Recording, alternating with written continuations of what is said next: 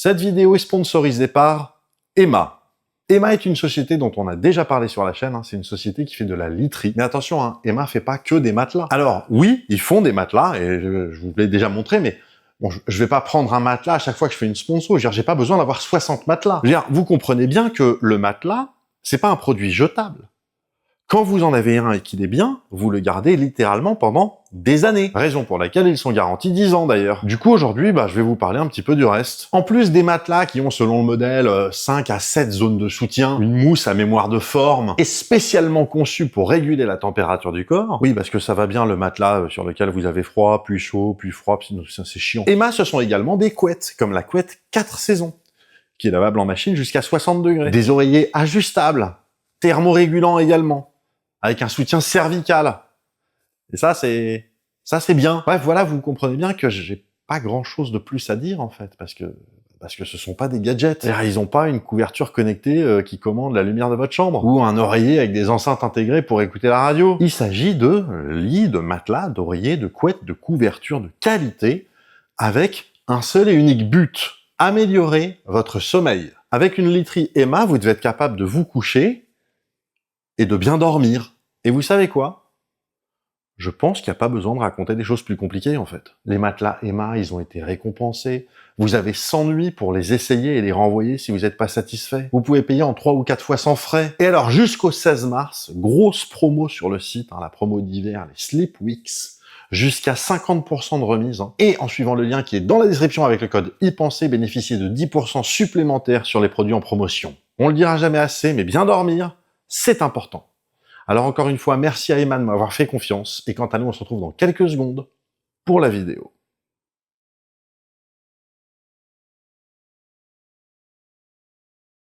Salut, ceci est la deuxième partie de la vidéo sur la vitesse de la lumière.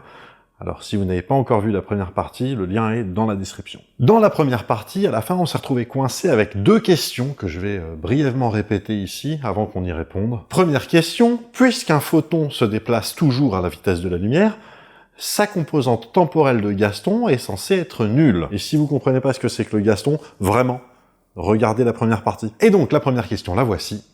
Un photon expérimente-t-il l'écoulement du temps? Et la deuxième question, qui est moins importante parce qu'elle découle directement de la première, finalement. On sait que la vitesse de la lumière dans l'eau est plus faible que la vitesse de la lumière dans le vide, plus faible que c. Et ça laisse entendre qu'un photon qui se déplace dans l'eau aurait une composante temporelle de Gaston qui serait pas tout à fait nulle. D'où la deuxième question. Un photon qui se déplace dans l'eau expérimente-t-il un écoulement du temps différent d'un photon qui se déplace dans le vide? Et aujourd'hui, les gens, pour vous, j'ai trouvé une personne qui va être capable de nous aider à répondre à ces questions. Enjoy.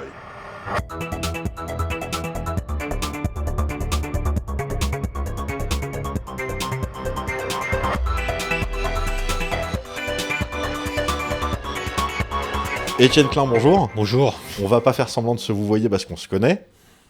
Donc, alors, je te présente vite fait. Donc, tu es philosophe de la physique, auteur de nombreux ouvrages. Le dernier en date, qui s'appelle Éloge au pluriel du dépassement, qui est un entretien avec un petit jeune qui commence un peu sa carrière. C'est bien d'ailleurs de les mettre en lumière. Donc, Thomas Pesquet.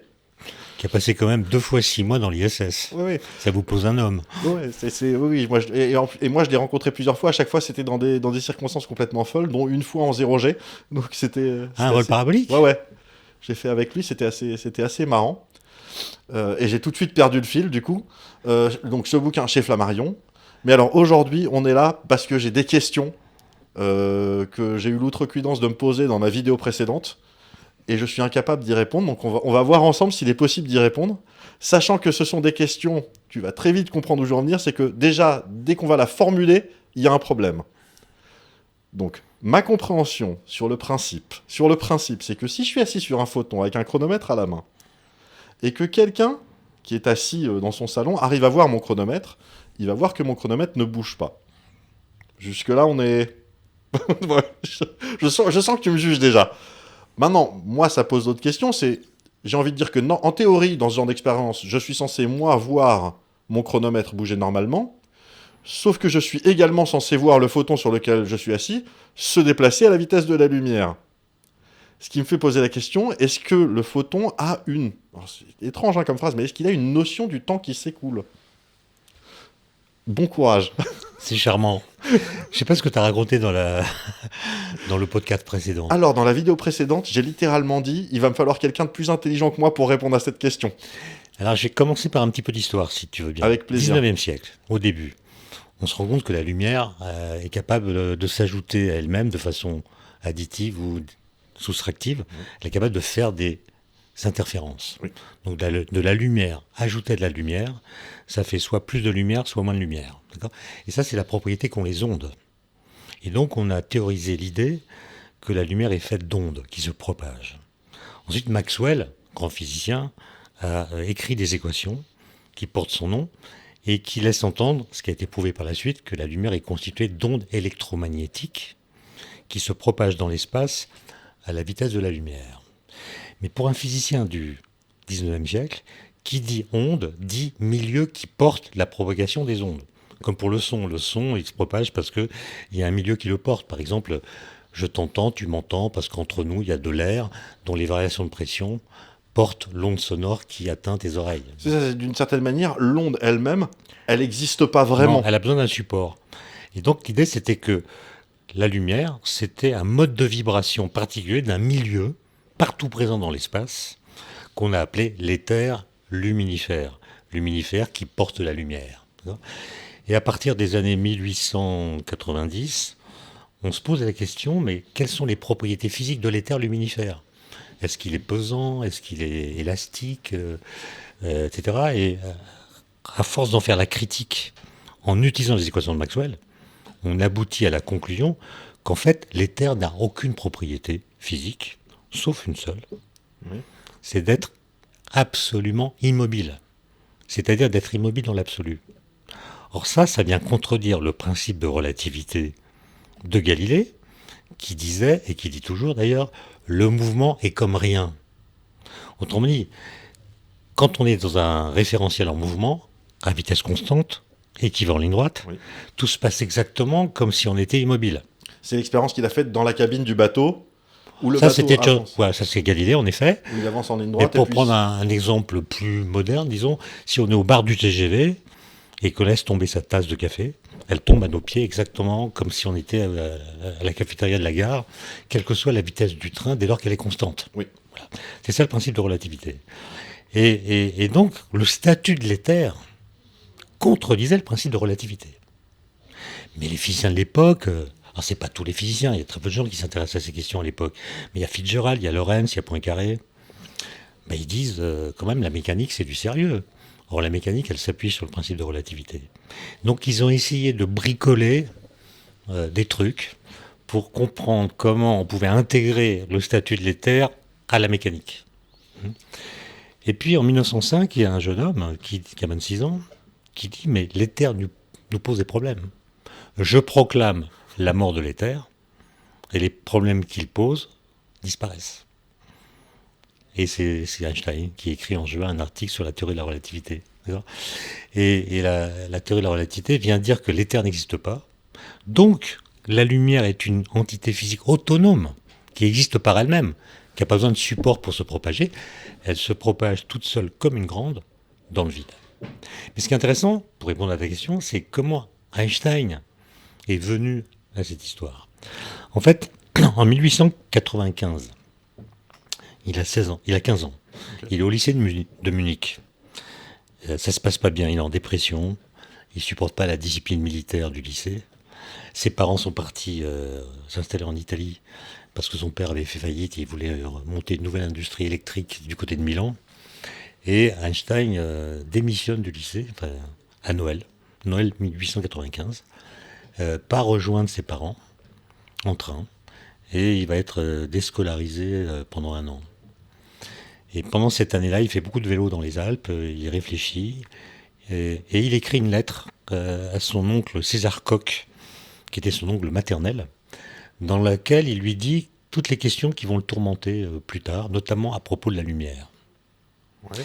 Et il pose des questions incroyables, qui ressemblent un peu aux tiennes. Ce qu'on appelle des expériences de pensée. Qu'est-ce qui se passerait si, comme toi, tu te demandes qu'est-ce qui se passerait si j'étais à cheval sur un photon ? Je suis assis sur un photon. Voilà.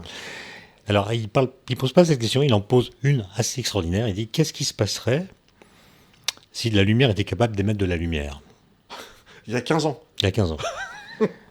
Et il répond en disant, mais si la lumière émet de la lumière, dès lors que les vitesses s'ajoutent, par exemple, quand tu marches sur un tapis roulant, ta vitesse par rapport au sol, c'est ta vitesse par rapport au tapis roulant plus la vitesse du tapis roulant par rapport au sol, on ajoute les vitesses. Donc si de la lumière émet de la lumière, la vitesse de la lumière émise sera 2 fois la vitesse de la lumière.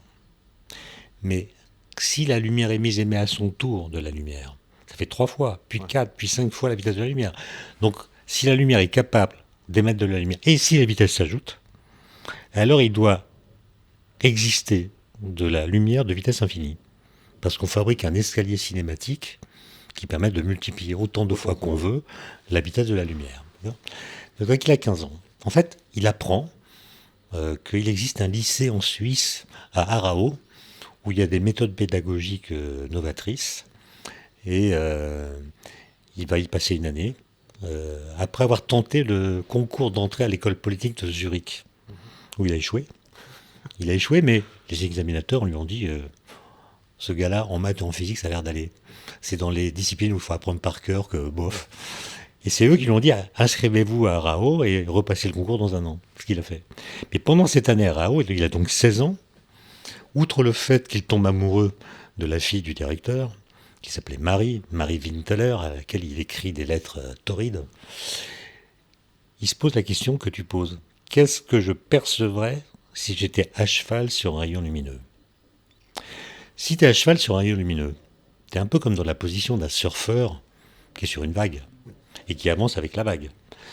Donc quand tu es en train de faire du surf, la vague sur laquelle tu es se déplace par rapport au fond de la mer, mais la vague qui est devant toi t'apparaît immobile. Tout à fait. De même que celle qui est derrière toi, en tout cas dans certaines conditions. Ouais. Donc tu vois un système d'ondes stationnaire. Tout à fait. Okay. Donc, quand tu es à cheval sur un rayon lumineux, si mon analogie est correcte, tu vas voir une onde électromagnétique stationnaire. Okay. Or, Einstein, du haut de ses 16 ans, il savait qu'il n'existe pas de solution stationnaire des équations de Maxwell. Autrement dit, la situation qu'il a imaginée est une situation dont les équations de Maxwell disent qu'elle est impossible. Et voilà, les deux expériences de pensée sous forme de questions qui se posent à 15 et 16 ans, et ça va le travailler. Einstein, il n'a pas beaucoup d'idées, mais quand il a une idée, il ne la lâche pas. Quoi. Oui, il fait pas son nom. Voilà. Et je te passe les détails de la suite de l'histoire, mais dans l'article de 1915, dans l'article de 1905, je confonds avec la relativité générale qui vient 10 ans plus tard, l'article de juin 1905 sur la théorie, ce qu'on appellera plus tard la théorie de la relativité restreinte, il répond aux questions. Qu'est-ce qui se passerait si de la lumière émettait de la lumière? Eh bien, la vitesse de la lumière émise serait la vitesse de la lumière. Pourquoi? Parce que la lumière va toujours à la vitesse de la lumière. Voilà. Quelle que soit la vitesse de la source, quelle que soit la vitesse de l'observateur qui tente de la mesurer. Autrement dit, c'est un absolu. La vitesse de la lumière est un absolu.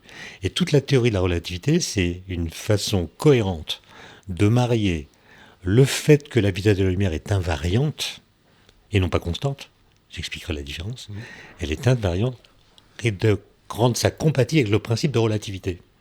Donc on accommode le principe de relativité en ajoutant comme contrainte la vitesse de la lumière est un absolu. Elle ne dépend pas du référentiel, elle ne dépend pas de la vitesse de la source, elle ne dépend pas de la vitesse de l'observateur dans l'espace qui la mesure. Ça, c'est important parce que beaucoup de gens confondent invariant et constant. La vitesse de la lumière, elle n'est pas constante. Quand elle traverse de l'eau, sa vitesse est plus faible que quand elle est dans le vide. Là, je te parle du vide. Ouais. Mais imagine, par exemple, une voiture qui est garée là à 100 mètres de nous, en pleine nuit, mais elle a les phares allumés. Nous, on est immobile par rapport à la voiture. On mesure la vitesse de la lumière émise par les phares.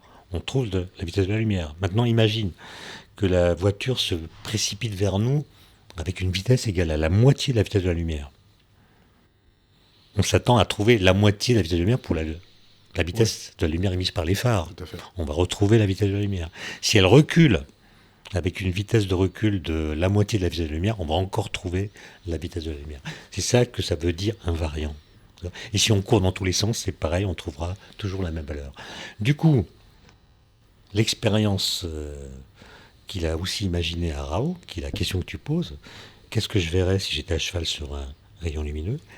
La réponse de la relativité, c'est ça n'est pas la peine de se poser la question, puisque cette expérience de pensée correspond à une situation qui est impossible. Puisque quelle que soit ta position, ta vitesse, la lumière par rapport à toi va à la vitesse de la lumière. C'est ça, c'est si moi je suis assis sur un photon, il n'y a pas de référentiel associé au photon va se déplacer à la vitesse de la lumière. Il n'y lumière. a pas de photon immobile. Il n'y a pas d'observateur qui voit des photons immobiles. C'est ça. Il n'y a pas de situation dans laquelle... Mais alors je vais poser des questions chiantes, mais... Et tu vas m'engueuler parce que tu vas me dire juste la formulation est pas bonne. Est-ce que du point de vue d'un photon, le photon d'à côté va à la vitesse de la lumière? Ça veut dire quoi du point de vue? Voilà, on est d'accord. En fait, un photon n'a pas de référentiel. Non.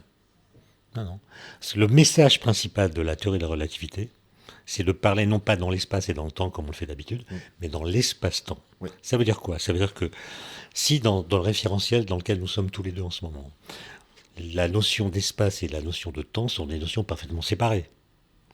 La distance, la longueur de cette table, par exemple, je peux la mesurer avec double décimètre. La durée de notre conversation, je la mesure avec ma montre. Okay? Et si moi je la mesure, ce sera la même. Voilà. Et en fait, le problème, c'est que ce que montre Einstein, c'est que pour un observateur qui est en déplacement rapide par rapport à nous, il y a une partie de la longueur que j'ai mesurée avec mon double décimètre qui devient de la durée, réciproquement. Donc en fait, la séparation entre l'espace et le temps devient poreuse. La frontière se déplace. Alors ça, c'est marrant, parce que ça, c'est un truc dont je parle dans ma précédente vidéo. C'est toujours très compliqué parce que si on parle justement d'espace-temps, on peut pas parler de déplacement dans l'espace-temps ou de durée de déplacement dans l'espace-temps. Mais si, parce que tout devient plus simple dans l'espace-temps. Oui. Parce que le message principal de la relativité, il n'y en a qu'un en fait, c'est dans l'espace-temps, tout va tout le temps à la vitesse de la lumière. C'est ça. Tout va tout le temps. Et si par exemple, là en ce moment, on est immobile l'un par rapport à l'autre, mais il faut imaginer que dans l'espace-temps, on fonce à la vitesse de la lumière. C'est juste qu'on fonce beaucoup. Maintenant, si toi tu restes dans ton référentiel, donc ce studio, moi je pars dans l'espace à une grande vitesse. Alors grande, ça veut dire, c'est pas la vitesse d'un avion. Hein. Oui, c'est une grande vitesse, dans une fraction non négligeable de la vitesse de la lumière. En allant à grande vitesse dans l'espace, je vais ralentir la vitesse avec laquelle je vais vers le futur. Alors ça, c'est ce que j'imagine, en fait, moi, dans mon épisode précédent. En fait, j'ai fait une espèce d'axe, en fait, abscisse ordonnée, où, en fait, l'abscisse, c'est l'espace, l'ordonnée, c'est le temps. Et en gros, c'est... on imagine un vecteur qui va être constant, et qui est le même pour tout le monde. Ça veut dire que quand... c'est une unité, d'ailleurs, j'ai appelé le Gaston, comme ça. Et j'ai dit, Gaston. Voilà, le Gaston. Et j'ai dit, quand un électron a évolué d'un Gaston, tout le reste de l'univers a évolué du même Gaston. Mais... il y en a, ça va être plus dans l'espace et moins dans le temps. Il y en a, ça va être plus dans le temps et moins dans l'espace. C'est ça. Et donc, moi, ma question, c'est est-ce que le photon, il a juste une composante temporelle qui est nulle et qui se déplace que dans l'espace? Enfin, il évolue que dans l'espace. Mais non, parce qu'il va à la vitesse de la lumière. Oui, mais... dans l'espace, il va à la vitesse de la lumière. Oui, mais c'est-à-dire qu'il n'a pas de composante temporelle, du coup. Exact. Enfin, tu peux pas lui associer une durée d'écoulement, par exemple. Voilà, c'est ça. Donc, en gros, ça représenterait un vecteur qui serait horizontal. C'est ça. Et d'ailleurs, ça me pose une autre question. Un Gaston plat. Voilà. Et d'ailleurs, moi, ça me pose tout de suite une autre question, c'est est-ce qu'on peut envisager... Moi, je réfléchis, mais en fait, ça va être non. Est-ce qu'on peut envisager une particule ou ce serait l'inverse, qui aurait qu'une composante temporelle et qui évoluerait pas du tout dans l'espace? Mais en fait, je pense que ça correspondrait à une masse infinie, à mon avis. Donc, je pense que c'est pas... Attends, faut que je... Là, je sais pas répondre comme ça. Je pense que c'est pas... pas Je peux te dire une bêtise, donc je vais donner ma langue au chat de Schrödinger. Mais j'insiste sur un point quand même, parce que je suis tombé sur un livre de terminale, là, de philo, où on répète, à propos de la relativité, des choses complètement fausses. On dit... La théorie de la relativité démontre que la vitesse d'écoulement du temps dépend de la vitesse de l'observateur dans l'espace. Oui, ça c'est agaçant. C'est agaçant. Parce que comme tu le sais, le temps n'a pas de vitesse d'écoulement, puisqu'une vitesse c'est une dérivée par rapport au temps. Oui. D'accord ? Donc le temps n'a pas de vitesse d'écoulement, mais admettons qu'il en ait une. Comment est-ce que les jeunes gens qui lisent ces phrases comprennent la phrase ? La vitesse d'écoulement du temps dépend de la vitesse de l'observateur dans l'espace. Donc imaginons que toi tu restes là, moi je monte dans une capsule qui va m'emmener comme Thomas Pesquet, mais beaucoup plus rapidement que lui, Et beaucoup plus loin. à la moitié de la vitesse de la lumière, explorer je ne sais quelle galaxie. On a mesuré que dans le studio, à ma montre, il me faut 2 heures pour lire un livre. Ok. J'emmène dans mon vaisseau spatial des livres de même taille et ma montre. Et je m'attends évidemment à ce que le temps qu'il me faut à ma montre pour lire les livres que j'ai emportés sera différent de 2 heures, puisque la phrase me dit la vitesse d'écoulement du temps Ça dépend de ta dépend de la vitesse. vitesse dans l'espace. Je suis en déplacement dans l'espace, donc la vitesse d'écoulement du temps va être différente, donc il me faudra plus de temps ou moins de temps pour lire le livre. La phrase ne dit pas dans quel sens ça va varier. Ouais. Or, si je fais l'expérience, je peux pas la faire, mais tu vois, ce que disent en tout Ouais. cas les équations d'Einstein, c'est qu'il me faudra 2 heures. C'est ça. Autrement dit, le mouvement est comme rien. En revanche, si moi j'arrive à te voir à l'œil nu lire ton livre, je verrai que tu... C'est ça la différence. C'est Voilà. la différence pour toi, C'est mais ça. pas pour moi. On est d'accord. Donc la différence entre Galilée et Einstein, du point de vue de la relativité, c'est que Galilée dit quand je reviendrai, bah, on sera à la même date et nos montres resteront synchronisées. Alors que Einstein dit, bah, quand moi je reviendrai, si le voyage a duré, je sais pas, quelques années à la moitié de la vitesse de la lumière, quand je reviens, t'es mort C'est ça. depuis très longtemps. Ça veut pas dire que j'ai vécu plus longtemps que toi, mais ça veut dire que ma ligne d'univers s'est décalée de la tienne et mon temps propre s'est désynchronisé du tien. Donc en fait, ce que dit la relativité, c'est qu'il y a autant de référentiels différents et pardon, il y a autant de temps propre qu'il y a de référentiels différents. Et nous, dans notre monde, si j'ose dire, on est sur Terre. La théorie de la relativité, ses effets, en tout cas, nous sont masqués à cause de la lenteur de nos déplacements. Même quand on prend l'avion, un train, on va à des vitesses négligeables par rapport à celle de la lumière. Alors, Thomas Pesquet, puisqu'on parle de lui, dans l'ISS, on a envoyé, il n'y a pas longtemps, une horloge atomique très précise et qui va essayer de mesurer très finement les prédictions de la relativité. Parce que l'ISS est à 400 km, donc il y a moins de gravité qu'au niveau de la mer. Moins de gravité, ça veut dire que par rapport à une horloge qui est au niveau de la mer, l'écoulement du temps va être un peu plus rapide. Ouais. Elle va se décaler en avance. Mais comme Il se déplace. quand elle se déplace à 400 km/h, il y aura un effet lié à la cinématique, et les deux effets ne se compensent pas, donc il devrait y avoir une petite différence qu'on peut calculer entre le temps indiqué par l'horloge atomique embarquée et le temps indiqué par une horloge qui serait située au niveau de la mer. Mais pour en revenir à cette idée qu'effectivement sur Terre, au quotidien, on ne mesure absolument pas tous ces effets-là, j'aurais parlé de l'expérience de Galilée qui avait pressenti que peut-être la vitesse n'était pas instantanée et qui avait prévu une expérience pour mesurer la vitesse de la lumière. Avec les lampes sur la montagne, Ouais. il y avait une distance qui n'était pas assez grande, quoi. Donc si tu veux nous raconter un petit peu. Bah, en gros, on allume une lampe au sommet d'une montagne, il y a quelqu'un d'autre qui est au sommet d'une montagne voisine, et on peut essayer de voir et il doit faire un signal quand il a vu la lampe s'allumer. Et s'il y a un certain temps de parcours, Voilà, il devient un pierre. Mais c'est pas. évidemment, pas c'est possible. quelques kilomètres. Par contre, en mars 1905, Einstein, il habitait à Berne à l'époque, hein, il était ingénieur des brevets au bureau des brevets de Berne. Ouais. Il avait l'habitude, avec son ami Michele Besso, son grand ami italien, qui était aussi employé à Berne, le matin, il partait très tôt escalader une montagne qui est dans les abords de Berne pour assister au lever du soleil. Et tu sais qu'à Berne, il y a une immense horloge, une horloge dont le diamètre du cadran est de quelques mètres, qu'on voit de partout. Et à Berne, il y avait un système de synchronisation des horloges qui se faisait par le biais de fils électriques.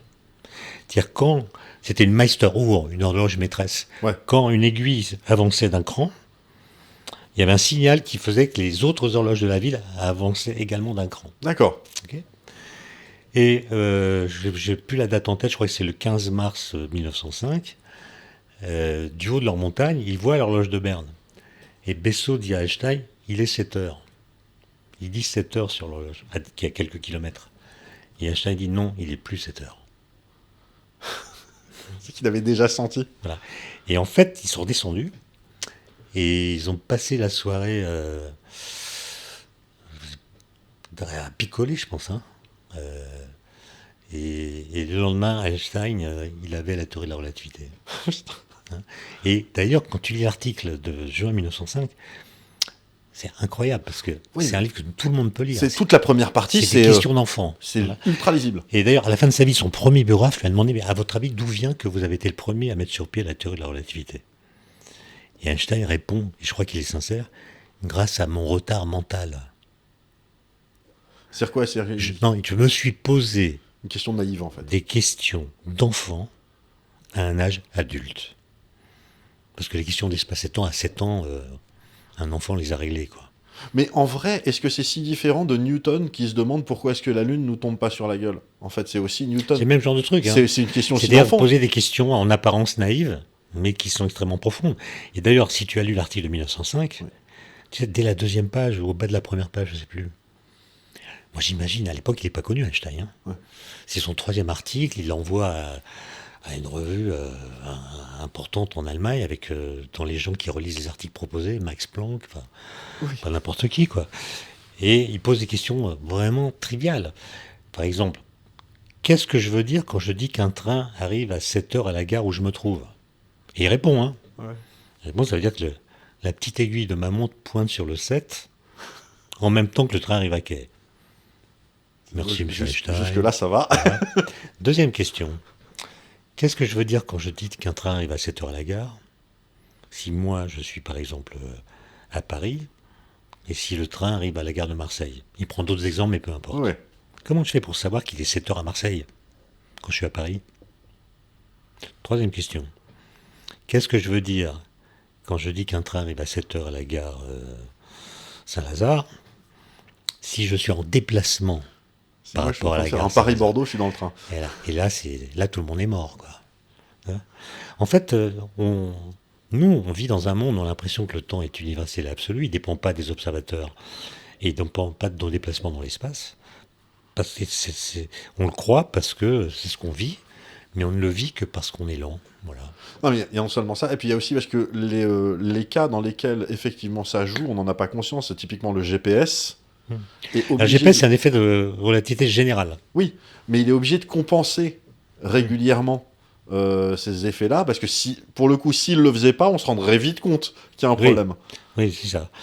Ouais, mais là, c'est la relativité générale. La relativité générale, si vous voulez, je pense qu'elles sont mal nommées, ces relativités, parce que Oui. là, celle qu'on appelle restreinte, elle n'est pas restreinte, elle est universelle. C'est une théorie universelle de De l'espace-temps. l'espace et du temps. Ouais. Voilà. Et elle vaut donc pour décrire les interactions nucléaires, électromagnétiques. Or, la théorie de la relativité générale, elle n'est pas générale. Ouais, C'est une théorie spécifique de la gravitation. Hein. Dans un espace-temps qui est complètement différent, qui est déformé, qui est courbé par les masses, par l'énergie qu'il contient. Donc, c'est un autre cadre. Mais ce qui est remarquable, c'est que ça a toujours à voir avec Galilée. C'est-à-dire que Einstein, plutôt, il reprend les questions de Galilée, ou il interroge les lois de Galilée d'une autre façon. Et je ne sais pas si tu sais, mais en 1945, il y a un mathématicien français qui s'appelait Jacques Hadamard, qui était parti aux États-Unis pendant la guerre, et il en avait profité pour monter, de faire une sorte d'enquête. Il avait mis sur pied un questionnaire dans lequel il interrogeait les physiciens, les mathématiciens, pour leur demander comment leur viennent leurs idées. Ça naît comment une idée? Ouais. Et d'abord, qu'est-ce que c'est qu'une idée? Comment est-ce que ça percole dans le cerveau par rapport aux autres activités neuronales qu'on peut avoir? Bon. Et il a oublié Einstein. Mais Einstein a appris qu'il y avait cette enquête et il a répondu. Et ses réponses sont dans la 2e édition du livre. Et c'est incroyable. Il dit, j'ai une pensée musculaire. C'est-à-dire que ma pensée, ça consiste à faire des expériences de pensée dans lesquelles je mets en scène mon corps. Ouais. Et j'essaie d'imaginer ce que mon corps ressentirait s'il était dans telle ou telle situation que je peux imaginer, mais que je ne peux pas réaliser. S'il tombait du toit. Voilà. Et par exemple, si tu as fait un vol parabolique, Ouais. tu as vu que sur l'avion est écrit une phrase qui correspond à l'idée la plus heureuse de sa vie, qu'il a eue en 1907. Il était toujours au bureau des brevets. En rentrant de déjeuner, il comprend que s'il tombe en chute libre, il ne sentira pas son poids. C'est ça. Parce que tomber en chute libre, ça veut dire que son corps n'est soumis qu'à la gravitation, son poids. Qu'à son poids. Il tombe dans le vide, il n'y a pas de résistance de l'air. Et dans ce cas-là, s'il prend un objet dans sa main, par exemple un verre, je prends mon verre, tiens, je peux. Je le lâche alors que je suis en train de tomber en chute libre, je verrai qu'il ne tombe pas. Il va rester à côté. Ouais. Voilà, il va être en lévitation. Donc le poids qui me fait tomber crée un effet, ma chute, qui me donne l'impression que j'ai plus de poids, que la gravitation a disparu. Et ça va il dit, c'est l'idée la plus heureuse de sa vie. Il a été mis dans un état d'émotion très grand et ça l'a amené 8 ans plus tard vers une nouvelle théorie de la gravitation. Et donc, c'est une sorte de réflexion La relativité restreinte, c'est une réflexion autour de Galilée à propos du principe de relativité. Et là, c'est une réflexion autour de la loi de la chute des corps. Tous les corps tombent à la même vitesse que Galilée a énoncé. Et donc, ce qui me fascine, c'est que la physique moderne, celle qui est née au XVIIe siècle, avec ses Galilée, Newton et les autres, elle est née quasiment sans données. Tu vois, parce que quand Galilée dit tous les corps tombent à la vitesse dans le vide, il ne l'a jamais vu. Parce qu'à l'époque, on ne savait pas faire le vide et on pensait que le vide ne pouvait pas exister parce que, pas Galilée, mais Aristote avait dit que la nature en avait horreur. Il n'a jamais fait l'expérience de la tour de Pise qu'on trouve dans les manuels. Tout à fait. Parce que sinon, les corps toucheraient la terre, enfin, le sol, à des tempos différents selon leur masse si on les laisse tomber au même moment. Donc il n'a pas... De son vivant, Galilée n'a jamais vu des corps de masse différentes tomber à la même vitesse. Mais il a compris que si elle était dans le vide, ça se passerait comme ça. C'est ça qui est fabuleux. C'est que la physique, et c'est vrai aussi pour Einstein, la physique contredit les données immédiates. Bah, c'est comme aussi l'expérience de Rømer quand il a voulu quand il a voulu calculer la vitesse de la lumière, justement en voyant que le transit de Io devant Jupiter arrivait des fois trop tôt, des fois trop tard. C'est sa confiance dans les lois de Kepler qui lui ont fait se dire peut-être que le problème, c'est juste que la lumière est pas instantanée, ce qui est quand même pas rien. Mais voilà, c'est ça qui est fascinant avec les expériences de pensée, c'est que c'est une façon d'aller se faire voir ailleurs. Tu vois ?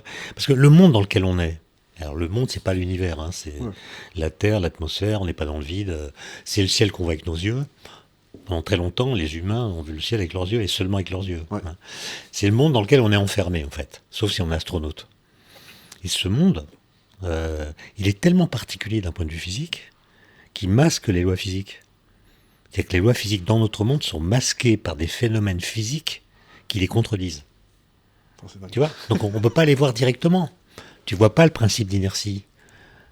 Quand j'étais lycéen, peut-être tu as vécu la même expérience que moi, quand j'étais en seconde, j'allais au lycée en vélo.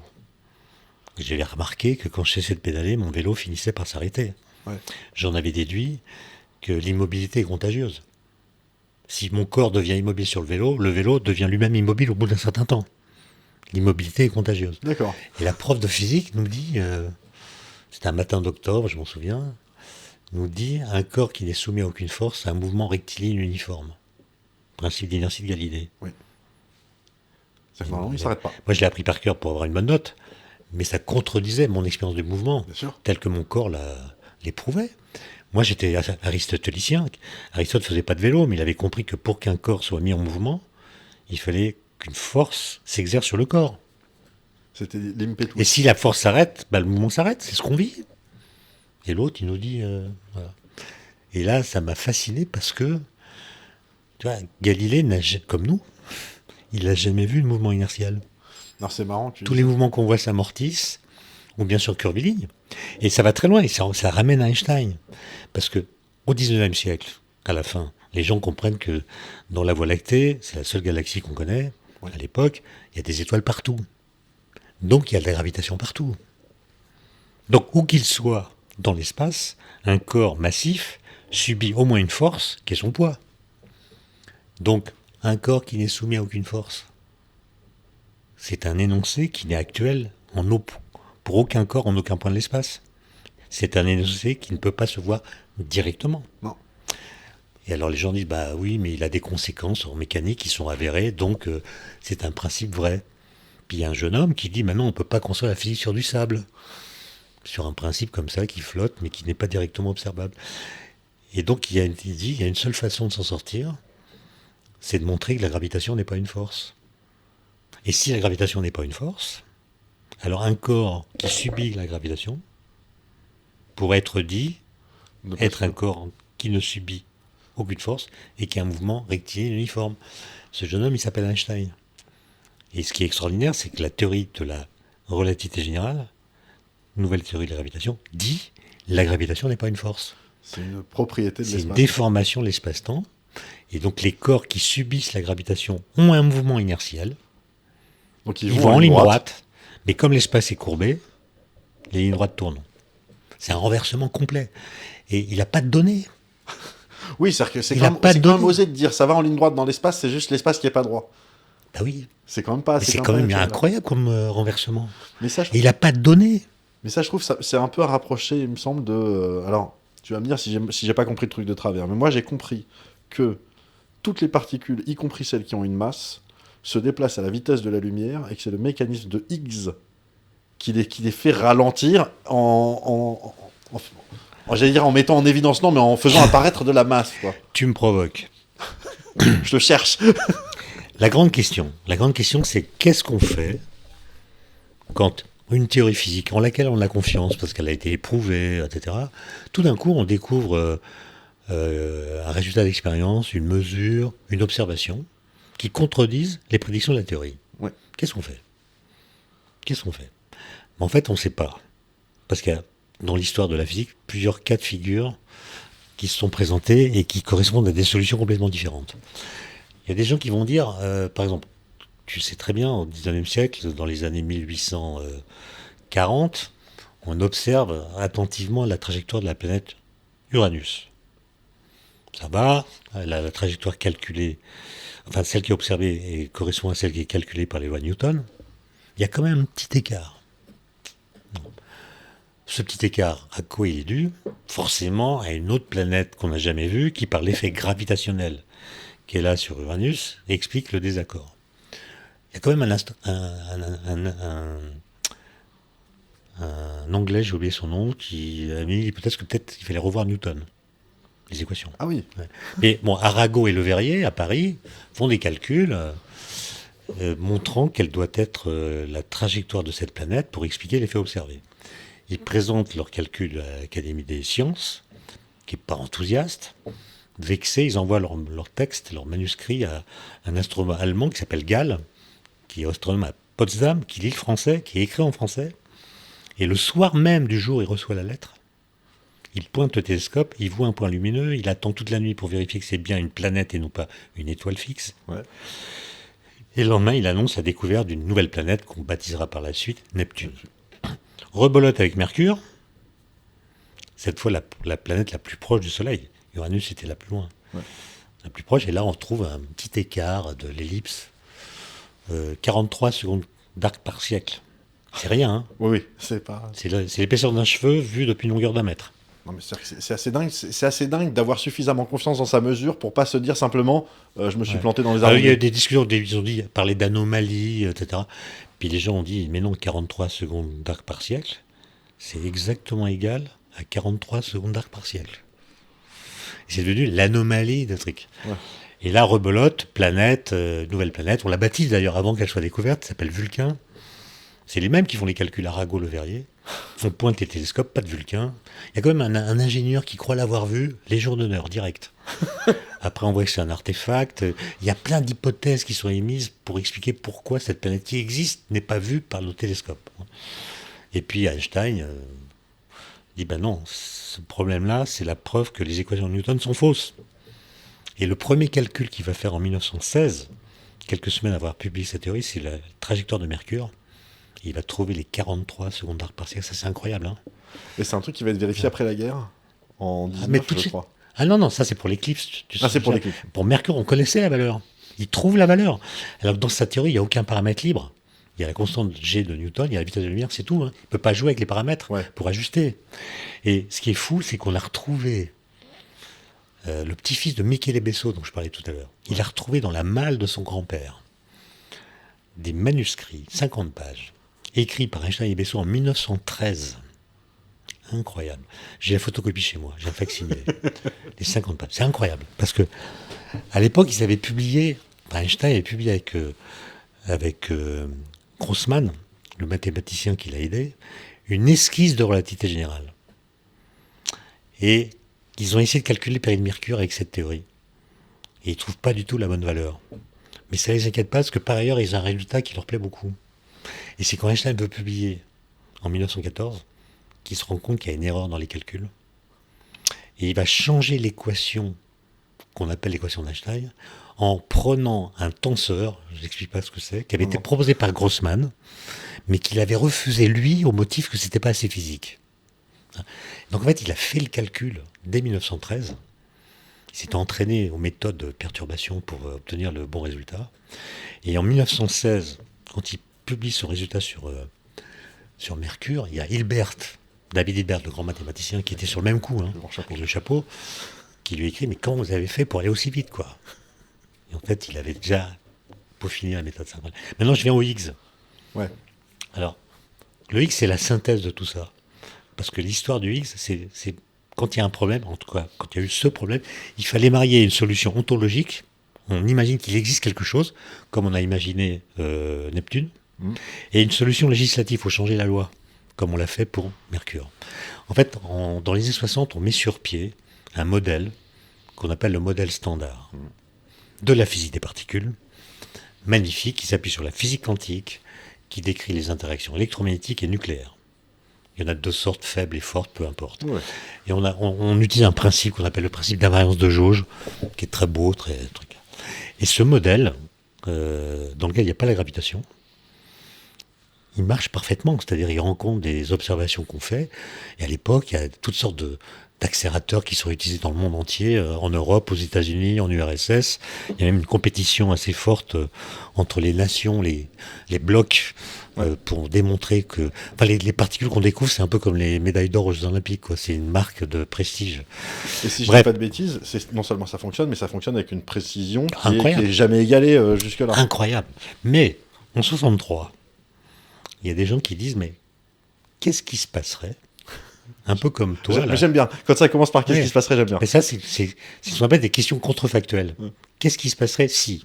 C'est comme ça que ça marche, en fait. On utilise l'imagination pour comprendre le réel. Comme dit Bachelard, il faut que l'imagination prenne trop pour que la pensée ait assez. Oh, c'est bon. C'est une phrase extraordinaire, ça. Et donc, qu'est-ce qui se passerait si les équations du modèle standard étaient justes ?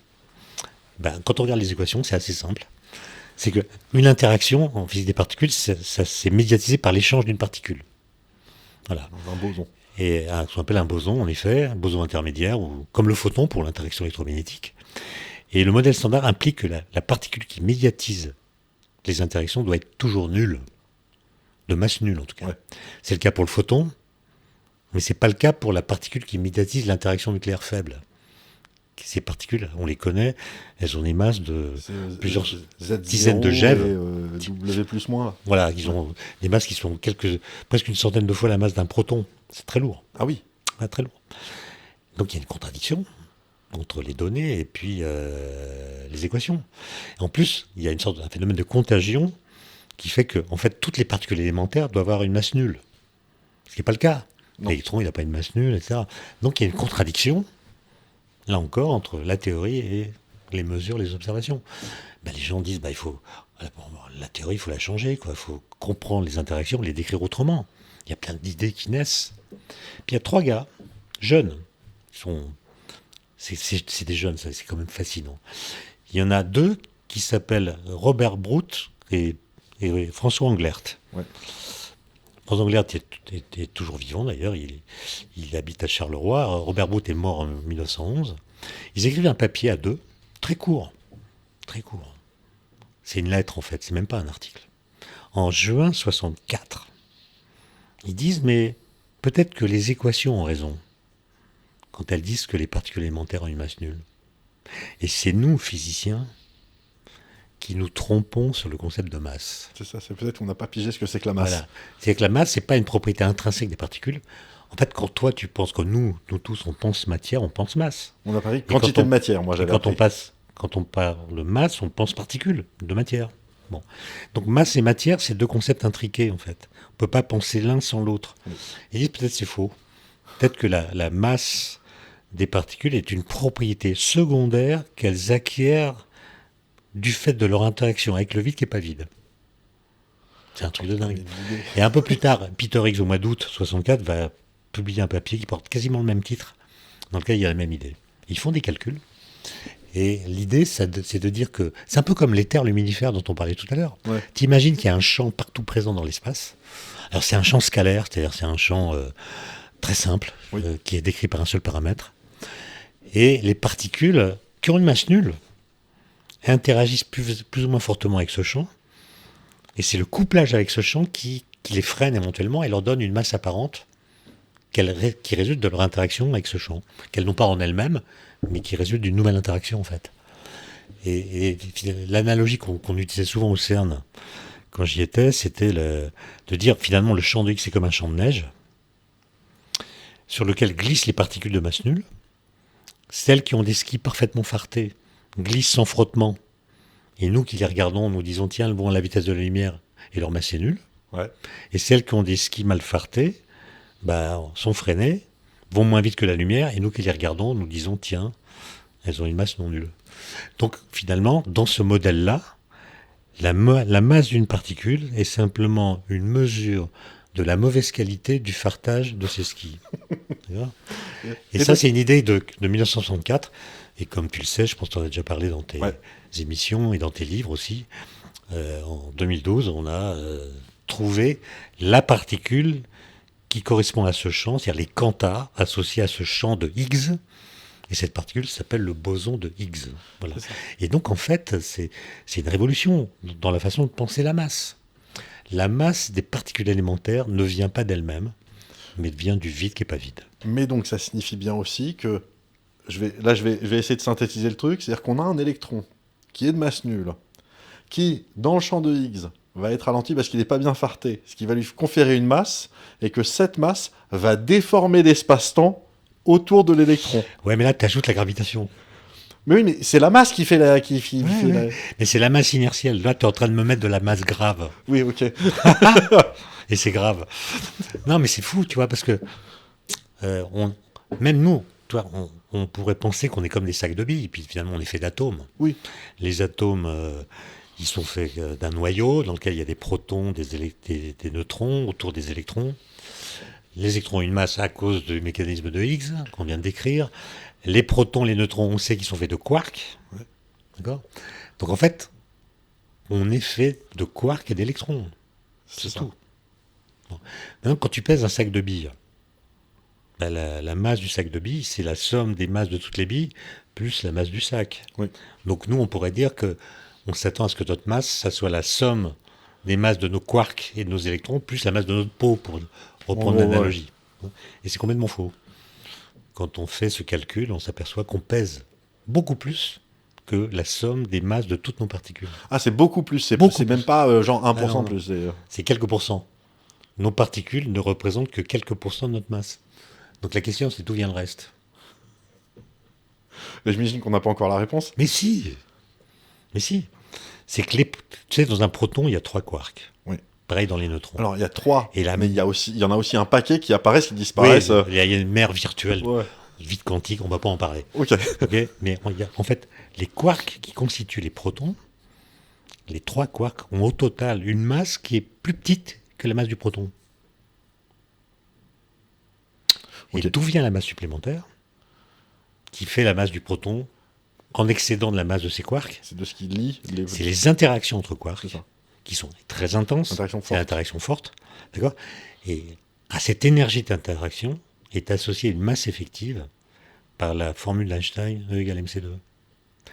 Donc en fait, si on est si lourd, c'est pas tellement à cause de nos quarks, c'est à cause de leur vitesse folle, quasiment la vitesse de la lumière, dans nos protons et dans nos neutrons. Notre masse vient du fait que nous sommes constitués de particules à l'intérieur desquelles se trouvent des particules extrêmement agitées. Et je trouve que quand on en a conscience, c'est compliqué d'en avoir conscience. Ça change deux choses. Ça change le rapport qu'on a avec soi-même, et ça change le rapport qu'on a avec notre balance quand on se pèse. On se dit, purée, c'est agité à l'intérieur. Alors moi, le truc qui m'avait le plus frappé sur un sujet un peu connexe, c'est le jour où j'ai compris, enfin où j'ai vraiment senti le fait que si c'était une expérience de pensée que je m'étais donnée, c'est mettons, il y a un électron d'un atome de l'ongle de mon doigt, j'arrive à mettre un petit coup de pinceau dessus. Est-ce que je peux mettre un petit coup de pinceau pour l'identifier et savoir que c'est cet électron-là? Et en fait, ce qui se passe, c'est que non. C'est-à-dire que peut-être qu'il existe une divinité quelque part qui a pour jeu d'échanger des électrons dans le même état quantique à 2 endroits de l'univers instantanément. Même s'ils ne sont pas dans le même état quantique. T'en prends un qui est dans un certain état, un autre qui est dans un autre état. Tu interchanges les électrons en gardant les états. On n'a aucun moyen de le savoir. Mais il ne se passe rien. tout se passe comme si c'était rien passé. Il n'existe aucune expérience qui nous permette de dire attention, c'est pas le même électron. Alors c'est ce qu'on appelle l'indiscernabilité des particules quantiques, et ça a comme conséquence le principe d'exclusion de Pauli. Enfin, ça va très loin, quoi. Et c'est ça qui. C'est bien d'en parler parce que, comme tu sais, cette semaine là, enfin, on est en février là, c'est les 100 ans de la mécanique quantique. Hein. C'est les 100 ans de la publication de l'équation dite de Schrödinger en février 1926. Cette fameuse qui lui est venue après des ébats sur lesquels il serait trop long de s'attarder. Ouais, j'en ai déjà parlé un petit peu de Schrödinger, c'était un sacré. Ouais. Et j'ai retrouvé des choses, mais on ne va pas en parler. Mais l'équation de Schrödinger, elle a exactement 100 ans là. Waouh. Et ça va déclencher toutes sortes d'aventures passionnantes entre 1926 et 1932, l'année de la découverte du neutron. C'est quand même une période là. Ah mais ces années-là, ça devait être dingue. C'est la période la plus, enfin moi je trouve, la plus incroyable sur la physique, parce que d'abord, on peut lire les articles, ils sont écrits par une ou deux personnes maximum. C'est des gens qui s'écrivent. Oui. Et on a leur correspondance. Et puis ils se rencontrent au Conseil Solvay à Bruxelles. On a des traces, on a des comptes rendus. C'est ça. Donc on peut suivre ce qui se passe, mois en mois. Je pense qu'à l'époque, être au laboratoire Cavendish, ça devait être quelque chose. Par exemple, ou bien à Göttingen, ou à Heidelberg, ou à Berlin, enfin, c'était quelque chose, quoi. Et depuis, on ne peut plus faire ça, parce que d'abord, les gens ne s'écrivent plus. Oui. Donc, c'est pas du tout, puis c'est pas les mêmes questions, mais là, il s'est passé un événement avec, je sais pas, une quinzaine d'acteurs jeunes. Hein. Non, mais là, j'ai envie de dire, maintenant, on sait trop de choses sans avoir un nouveau gouffre qui s'ouvre devant nous. Ouais, on a trop de théories différentes, trop de conjectures, on a besoin de données. À l'époque, c'était des problèmes assez différents, mais il s'est passé là quelque chose d'unique dans l'histoire des idées, je pense. Hein. Oh ouais, c'est assez dingue. Il nous reste quelques minutes, on va essayer de les prendre juste pour répondre à cette question de un photon dans l'eau, ça va toujours à la vitesse de la lumière, mais ça va à la vitesse de la lumière dans l'eau, qui est plus faible que la vitesse de la lumière dans le vide. Ouais. Donc est-ce que le photon va vraiment moins vite ? Ou est-ce que c'est un mécanisme qui nous fait croire qu'il va moins vite ? Parce que moi, on m'a toujours dit une masse nulle, ça veut dire C. Vitesse égale C. Il va moins vite que la lumière dans le vide. D'ailleurs, il y a des particules chargées qui, dans l'eau, peuvent aller plus vite qu'un photon. C'est l'effet de Cherenkov. Alors, voilà, et par exemple, ça sert même de détecteur. Hein. Il y a des électrons, par exemple, qui peuvent entrer dans l'eau. Alors, ils peuvent être produits par un accélérateur ou bien faire partie du rayonnement cosmique. Et ils ont tellement d'énergie que dans l'eau, ils vont plus vite que la lumière dans l'eau. Et ça conduit à l'émission d'un rayonnement qu'on appelle le rayonnement Cherenkov du nom qui est bleu. Donc, qui est plutôt dans les longueurs d'onde bleues, voilà. Et qui qui permet de détecter la présence de particules qui vont plus vite que la lumière dans l'eau, sans aller plus vite que la lumière dans le vide. Faut pas exagérer. Mais attends. Ouais. Comme tu sais, je crois que tu l'as déjà dit, mais il y a des choses qu'on peut faire qui vont plus vite que la lumière. Oui. Tu sais quoi ? T'as proposé quoi comme exemple ? Alors, moi j'ai deux exemples.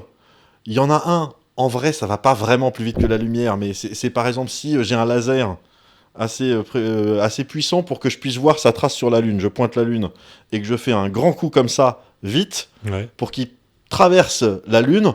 Si je le fais suffisamment vite, le point à la surface de la Lune ira plus vite que la lumière. Et l'autre exemple, c'est si on parle de l'inflation post-Big Bang, c'est-à-dire l'espace-temps lui-même peut s'étendre plus vite que la lumière. D'accord. Voilà. Très bien. Moi, je prends la paire de ciseaux. Je prends une paire de ciseaux. Ça va plus vite que la lumière ? C'est différent de penser. D'accord, ok.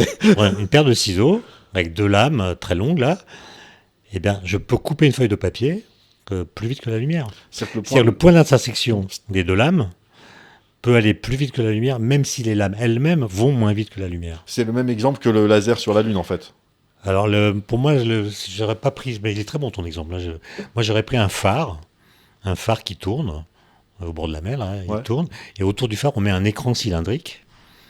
Voilà. Ah oui, si l'écran est suffisamment loin, suffisamment le rayon de l'écran, c'est R, la vitesse angulaire, c'est oméga, donc le spot lumineux va se déplacer sur l'écran à la vitesse R oméga. Si on prend R très grand, oméga très... C'est ton expérience, hein, on peut dépasser la vitesse de la lumière. Mais il n'y a pas de violation de la relativité parce que c'est le spot lumineux avec chaque fois la lumière différente qui se déplace. C'est pas la lumière qui se déplace. C'est ça. Il faut être précis. Mais ouais, mais alors justement, soyons précis. Donc je vais poser une dernière question chiante. Le photon qui se déplace dans l'eau, donc qui va un peu moins vite que la vitesse de la lumière dans le vide. Est-ce que dans son évolution dans l'espace-temps, est-ce qu'il a une composante temporelle ? Est-ce qu'il expérimente un temps qui s'écoule ? J'ai l'impression que tu y tiens. Mais non, c'est pas j'y tiens, c'est j'aimerais avoir... C'est-à-dire que moi, par exemple, si tu me dis, en fait, non, quand il est dans l'eau, le photon, il se déplace exactement à la vitesse c, mais il y a un ensemble, mettons, je veux dire n'importe quoi, il est absorbé et émis. Je sais que c'est pas ça, puisque non, mais sinon c'est ça. En fait, c'est qu'il a des interactions avec l'eau, et c'est ça qui le ralentit. En fait, c'est comme un mécanisme de Higgs, mais dans l'eau. Voilà, je dirais qu'il a une vitesse propre, qui est la vitesse de la lumière, mais il est ralenti par les interactions qu'il a avec les particules qui sont dans l'eau. Donc moi, je dirais que ça change rien à son temps propre. D'accord. À chaque instant, il va à la vitesse c. Voilà. Et en fait, il est constamment perturbé par des interactions. Il est en fait constamment recréé, absorbé et recréé, et c'est ça qui le ralentit. D'accord. Ça me va. Donc en fait, il va à la vitesse de la lumière, mais il est perturbé dans son cheminement par de multiples interactions sur son trajet qui font qu'il va macroscopiquement moins vite que la lumière dans l'eau. Je crois que je m'en sors à peu près bien comme ça. Ouais, non, et puis je trouve ça satisfaisant. Écoute, Étienne, merci. C'était un plaisir de... Ah non, c'était vraiment un plaisir. Je vois que tu as gardé ton esprit acéré. J'essaye.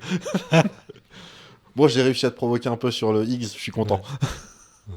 Donc, est-ce que il y a une actualité, il y a des trucs, tu as toujours une émission de radio ? Oui, sur France Culture, qui s'appelle La Conversation Scientifique. Il faudrait que tu viennes d'ailleurs. Ah bah avec plaisir. Pour parler de... Ouais, peut-être, on va en parler après, mais j'ai une idée pour toi. Ah bah avec plaisir. Et j'imagine que cette émission, elle est en replay sur... En fait, elle est diffusée le samedi à 16h et rediffusée le samedi à 23h, donc toutes les semaines, et on peut la podcaster.